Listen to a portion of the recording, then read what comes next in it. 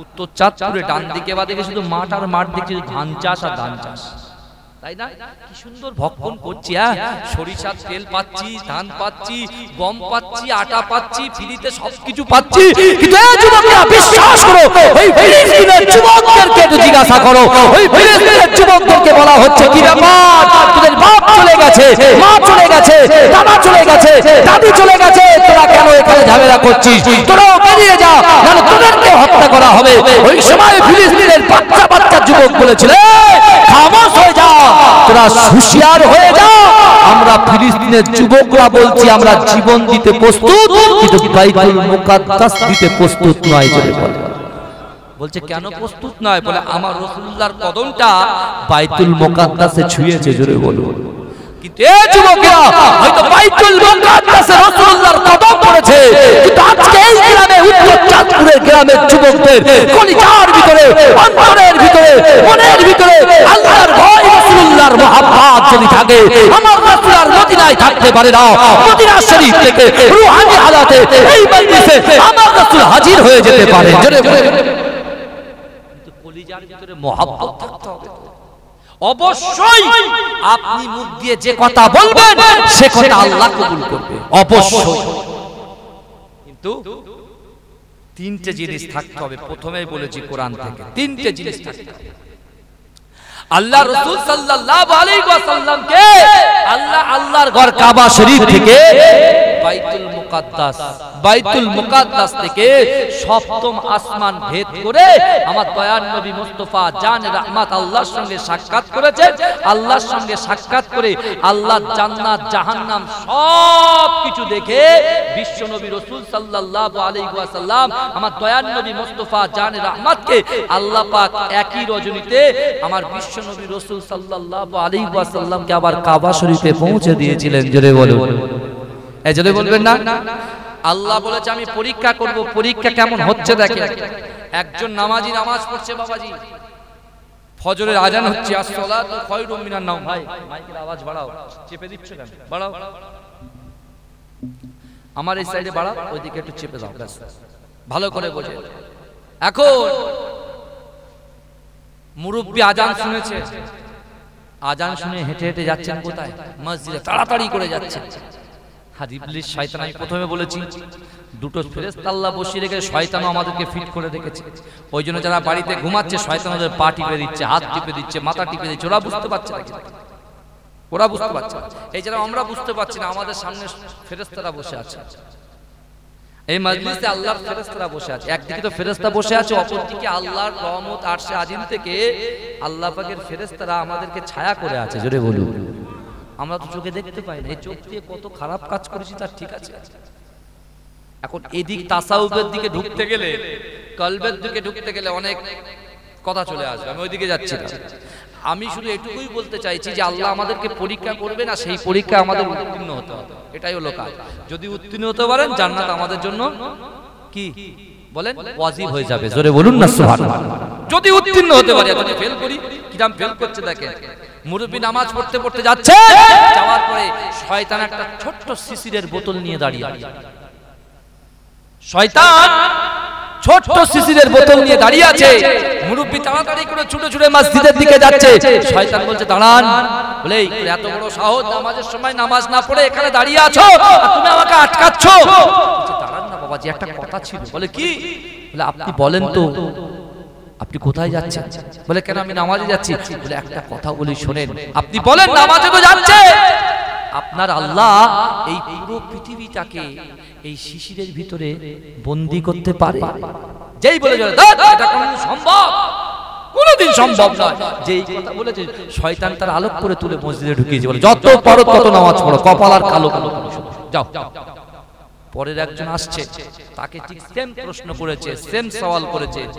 যেই প্রশ্নটা করেছে সাথে বলছে অবশ্যই আমার আল্লাহ পুরো পৃথিবীটাকে এই শিশির বন্দী করতে পারে, কারণ আমার আল্লাহ বলেন কুন হও ফায়াকুন, সঙ্গে সঙ্গে হয়ে যায়। এই জোরে বলবেন না? আমরা এরকম ভাবে প্ররোচনায় পা দিয়ে ইসলাম থেকে বেরিয়ে যাইনি তো, এটা একটা প্রশ্ন থাকতে পারে। কারণ অনেক গুনাহ করেছি তো আমরা। হ্যাঁ, বিশ্বাস করে বিশ্বনবী রাসূল সাল্লাল্লাহু আলাইহি ওয়াসাল্লাম মা আয়েশা সিদ্দিকাকে বলেছিল আমি আবু জেহেলের বাড়িতে যাচ্ছি, কিন্তু সেই আবু জেহেল কি রাসূলুল্লাহর সঙ্গে দুর্ব্যবহার তাড়িয়ে দিয়েছে। আর আল্লাহর রাসূল ওই দিন আল্লাহর সঙ্গে সাক্ষাৎ করে জান্নাত জাহান্নাম থেকে 5 ওয়াক্ত নামাজের উপর নিয়ে রাসূলুল্লাহ ফজরের নামাজটা যখন আল্লাহর কাবা বাইতুল্লাহ শরীফে আদায় করছে, আদায় করে আল্লাহ রাসূল দোয়া চেয়ে যখন বসে আছেন, আবু জেহেল ওই রাস্তা দিয়ে যাচ্ছেন, রাসূলুল্লাহর দিকে তাকিয়ে বলছে এ মুহাম্মদ, আমি যখন বলবো মুহাম্মদ আপনারা কি বলবেন? সাল্লাল্লাহু আলাইহি ওয়াসাল্লাম। বলছে মুহাম্মদ কি ব্যাপার বলো তো, গত দুদিন আগে তুমি আমার বাড়িতে গিয়েছিলে, তোমার যত না সুন্দর লাগছিল, আজকে যেন তোমার গায়ের থেকে নূর চমকাচ্ছে। জোরে বলেন না ভাই, নূর চমকাচ্ছে। আল্লাহ রাসূল বলছে এই একটা সময় আসছে, এই একটা সুযোগ। আল্লাহ রাসূল দিনের দাওয়াত দিয়ে বলছে যে আল্লাহ পাক কোরআনে আয়াত নাযিল করেছে, সুবহানাল্লাযী আসরা বিআবদিহি লাইলান মিনাল মাসজিদিল হারাম ইলাল মাসজিদিল আকসা, অর্থাৎ আল্লাহর ঘর কাবা শরীফ থেকে বাইতুল মুকাদ্দাস, বাইতুল মুকাদ্দাস থেকে আল্লাহ জান্নাত জাহান্নাম দেখিয়ে, এটা মনে হয় কেটে গেছে না? হ্যাঁ, ওই জন্য আওয়াজটা খেলতে কেটে গেছে। এ বাবু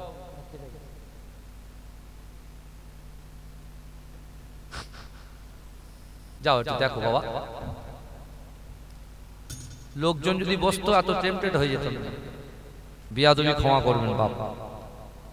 এই শুনেন, বিশ্বনবী মুস্তাফা জানে রহমত বলছে যে শোনো, আল্লাহ আমাকে জান্নাত দেখিয়েছে, জাহান্নাম দেখিয়েছে, 5 ওয়াক্ত নামাজ উপঢৌকন দিয়ে আল্লাহ আমাকে দুনিয়ায় পাঠিয়েছে। আমি বলছি শোনো, তুমি এখনো ইসলাম ধর্ম মেনে নাও, কলেমার ছায়াতলে চলে এসো, আমি নবীকে নবী বলে মেনে নাও, আল্লাহকে আল্লাহ বলে স্বীকার করো। আবু জেহেল বলছে শোন, তুই কি বলছিস সব? বলে কেন? বলছে আমি আমার জিন্দেগি জীবনে বাইতুল মুকাদ্দাসে বহুবার গিয়েছি, যে বাইতুল মুকাদ্দাসে যেতে 30 দিন আর আসতে 30 দিন সময় লাগে, আর তুমি বলছো আল্লাহর ঘর কাবা শরীফ থেকে বাইতুল মুকাদ্দাস, বাইতুল মুকাদ্দাস থেকে আল্লাহ জান্নাত জাহান্নাম দেখে 5 ওয়াক্ত নামাজ নিয়ে আসছো। তোমার মতো মিথ্যুক মিথ্যাবাদী এই পৃথিবীতে কেউ নাই। জোরে বলুন নাউজুবিল্লাহ। এই কথা যেই বলেছে আল্লাহ রাসূল খুব ব্যথা পেয়েছে, এত ব্যথা পেয়েছে রাসূলুল্লাহ বসে গিয়েছে। আমার ভাইজানেরা, হে নবী পাকের উম্মত উম্মতিরা, হে নবী দেওয়ানারা, ওই সময় বিশ্বনবী রাসূলুল্লাহ সাল্লাল্লাহু আলাইহি ওয়াসাল্লামের মুহাব্বতে সাহাবা হযরত আবু বকর সিদ্দিক রাদিয়াল্লাহু তাআলা আনহু যে রাসূলুল্লাহ সঙ্গী ছিল। হে যুবকেরা, রাসূলুল্লাহকে যে জীবনের থেকে বেশি মুহাব্বত করত। হে যুবকেরা, ওই আবু বকর সিদ্দিক বাড়ির ভিতরে আছেন, এদিক থেকে আবু জেহেল ছুটে ছুটে ছুটে ছুটে মনে মনে চিন্তা করে, না না না, আবু বকর হচ্ছে একজন শিক্ষিত ব্যক্তি, আবু বকর একটু জাননেওয়ালা ব্যক্তি, কিন্তু না না না, আমি যদি এই ঘটনাগুলো আবু বকরের সামনে বলি, আবু বকর কোশ্চিন কালে এটা বিশ্বাস করবে না। কারণ আমি বাইতুল মুকাদ্দাসে, যে বাইতুল মুকাদ্দাসে যেতে 30 দিন সময় লাগে, আসতে 30 দিন সময় লাগে, আর মুহাম্মদ মুস্তাফা বলেছে একই রজনীতে আল্লাহর ঘর কাবা শরীফ থেকে বাইতুল মুকাদ্দাস, বাইতুল মুকাদ্দাস থেকে আল্লাহর সঙ্গে সাক্ষাৎ, জান্নাত জান্নাম জাহান্নাম দেখে এমন করে কাবা ঘরে কি করে আসতে পারে? এ যুবকেরা, ওই সময় আবু জেহেল ছুটে ছুটে ছুটে ছুটে ও তো আবু সুফিয়ানের সামনে, আবু লাহাবের সামনে বলেছিল একদিন না একদিন আমি আবু বকরকে মুহাম্মাদের কাছ থেকে টেনে আমার দলে ভিড়িয়ে নিয়ে আসবো। এ যুবকেরা, এই চিন্তা করে নিয়ত করে ছুটে ছুটে ছুটে ছুটে আবু বকরের ঘরের সামনে গিয়ে বলছে, হে আল্লাহর রাসূলের সাহাবা আবু বকর, তুমি ঘর থেকে বার হয়ে যাও, তুমি ঘর থেকে বার হও। আবু বকর বলছে, এই শয়তানটা আবু জেহেল আমার বাড়িতে সকাল সকাল কি করতে এসেছে? হে যুবকেরা, হে নবী পাকের উম্মত উম্মতিরা, ওই সময় আবু বকর বার হয়ে জিজ্ঞাসা করে, ইয়া আবু জেহেল কি হয়েছে? আবু জেহেল পুরো ঘটনাটা শুনিয়েছে। ঘটনা শুনিয়ে বলছে, তুমি বলো তো দেখি আবু বকর, তুমি কি বিশ্বাস করো যে বাইতুল মুকাদ্দাসে যেতে 30 দিন সময় লাগে, আসতে 30 দিন সময় লাগে, আর তোমার নবী বলেছে এক রজনীতে গিয়েছেন আর এসেছেন, এটা কি সম্ভব? হে যুবকেরা, আল্লাহর কোরআন বলছে বান্দা, অহুম লা ইফতানুন, আমি আল্লাহ পরীক্ষা করব। আবু বকর আয়াতের দিকে খেয়াল চলে এসে আল্লাহর রাসূল সাল্লাল্লাহু আলাইহি ওয়াসাল্লামকে যে নিজের জীবনের থেকে বেশি মহব্বত করত। হে যুবকেরা, ওই আবু বকর চিৎ মেরে বলেছিল, এ কাফের আবু জেল, তুই আমার বাড়ি থেকে দূর হয়ে যাও। না না না, আমার দয়ার নবী মুস্তাফা জানে রহমত তোর সঙ্গে যদি এই কথাগুলো বলে থাকে, আমি আবু বকর বলছি আমার রাসূল যে কথা বলেছে বারহাক সত্য কথা বলেছে। জোরে বলেন, দূর হয় কেন থেকে? আমার দয়ার নবী মুস্তাফা জানে রহমত যে কথাটা বলেছে বারহাক সত্য কথা বলেছে। জোরে বলুন। এই আবু বকর সিদ্দিক পাস করলো না ফেল করলো? কথা বলে পাস করলো। কিন্তু আমার ভাই জানেরা, এ নবী পাকের উম্মত উম্মতিরা, আল্লাহর রাসূলের সাহাবারা বারবার মসজিদে নববী শরীফে বসে থাকতেন। কখন আল্লাহর রাসূল যুদ্ধে যাবে, আল্লাহর রাসূল তায়েফে যাবে, আল্লাহর রাসূল যুদ্ধে যাবে, আল্লাহর রাসূল সাল্লাল্লাহু আলাইহি ওয়াসাল্লাম যদি একা একা যুদ্ধে চলে যায়, একা একা যদি যুদ্ধ করতে চলে যায়, এ যুবকেরা, সাহাবাদের তামান্না ছিল, নিয়ত ছিল, আল্লাহর রাসূলের সঙ্গে যুদ্ধে যাব, ওই যুদ্ধে গিয়ে আমি ইসলামের জন্য শহীদ হয়ে যাব। এই চিন্তা ছিল তাদের ভিতরে। কি করে শিখবো, কি করে কোরআন শিখবো, কি করে কিয়ামতের কথা শুনবো, হাদিসের কথা শুনবো, জান্নাতের কথা শুনবো, জাহান্নামের কথা শুনবো, কবরের কথা শুনবো। ওরা সব সময় বসে থাকতো আর সবার আগে জান্নাতে যাওয়ার জন্য প্রতিযোগিতা করতো। জোরে বলুন। আমাদের ভিতরে প্রতিযোগিতা হয় কি বলেন তো? আমি বেশি আলোচনার দিকে যাব না, বেশি ব্যাখ্যার দিকে আজকে যাব না। কিন্তু আল্লাহর রাসূল সাল্লাল্লাহু আলাইহি ওয়াসাল্লামের সাহাবা আবু বকর তিনি বলছেন, না, আমার রাসূল যেটা বলেছে সত্য বলেছে। জোরে বলেন। ওই সময় আবু বকর সিদ্দিক রাদিয়াল্লাহু তাআলা আনহু মনে মনে চিন্তা করে, না না না, আমার বিশ্ব নবী রাসূলুল্লাহ সাল্লাল্লাহু আলাইহি ওয়াসাল্লামকে আবু জেহেল কটূক্তি করেছে, আবু জেহেল আমার রাসূলকে অপমান করেছে। না না না, রাসূলুল্লাহ তো কেউ নয়, রাসূলুল্লাহর পাশে আমার দয়ার নবীর মাথা হাত বুলানোর জন্য কেউ নয়। হে যুবকেরা, আল্লাহর রাসূলের সাহাবা হযরত আবু বকর সিদ্দিক রাদিয়াল্লাহু তাআলা আনহু ছুটে ছুটে ছুটে ছুটে আল্লাহর ঘর কাবা বাইতুল্লাহ শরীফের সামনে হাজির। হে যুবকেরা, আবু বকর দেখতে পায় আল্লাহর রাসূল দাঁড়িয়ে নাই, আবু বকর দেখতে পায় আল্লাহর রাসূল বসে বসে কাঁদে। হে যুবকেরা, আবু বকর এসে আল্লাহর রাসূলের পিঠে একটা হাতের ছোঁয়া দিলেন। হে যুবকেরা, যেই না পিঠে হাত রাখলেন, আমার দয়ার নবী মাথাটা উঁচু করলেন, মাথা উঁচু করে দেখলেন আবু বকর দাঁড়িয়ে আছে। হে যুবকেরা, আবু বকর সিদ্দিককে আমার রাসূলুল্লাহ কাঁদতে কাঁদতে জড়িয়ে ধরলেন। হে যুবকেরা, আবু বকর কাঁদেন, আল্লাহর রাসূল কাঁদেন, আবু বকর সিদ্দিক আল্লাহর রাসূলকে বলে, ইয়া রাসূলুল্লাহ, ইয়া হাবিবাল্লাহ, আপনি কাঁদবেন না, আপনার কান্না আমি আবু বকর সহ্য করতে পারবো না। ওই সময় রাসূল বলেছিল, আবু বকর, তুমি কি জানো আবু জেহেল আমাকে না আমাকে এমন করে কটূক্তি করেছে, আমার উপরে কুরুচিকর মন্তব্য করেছে।